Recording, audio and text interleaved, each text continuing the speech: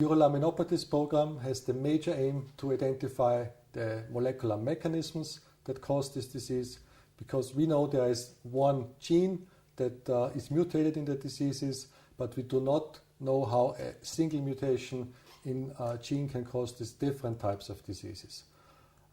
Another major goal is to identify drug targets to really develop new therapies to treat patients more effectively.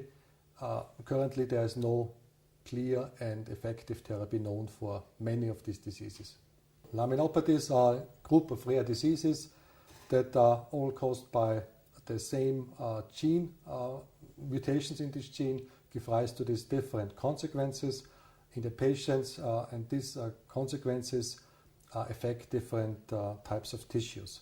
We know of muscular dystrophy diseases that are linked to this gene, where muscle tissue is affected quite dramatically, but other tissues are fine. Right, the opposite is progeria, accelerated aging disease, where many tissues are affected, and these are consequences that are very similar to the normal aging process, but it is much, much faster than the normal aging process. So within 10 years, people get and look very old and die very early due to age-related diseases like cardiovascular problems. Our experiments strongly indicate that there are defects in stem cells in the patients. If we can pinpoint these defects more clearly, the molecular mechanisms, then this also gives more hope for treating the patients with additional drugs that we were not thinking of before.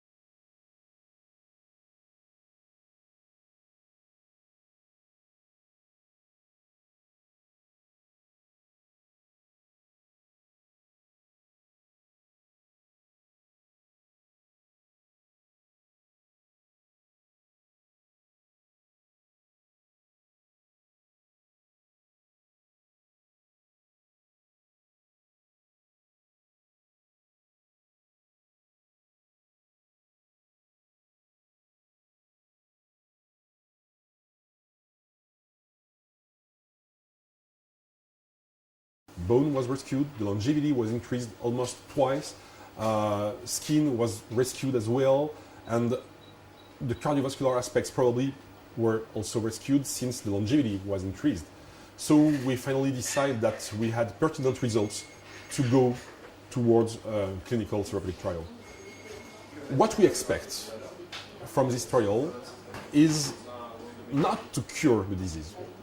It will really not be realistic to imagine to cure the disease with a pharmacological approach, essentially in patients who are already terribly affected with the disease process.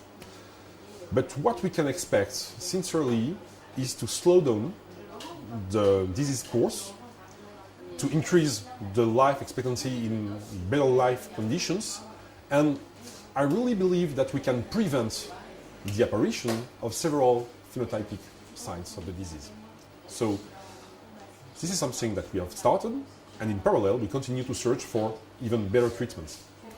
Recently we have identified 2 different molecules which could act on the pathway which is specifically affected in progeria. So we have tried one molecule and another one, and finally decided to combine both of them.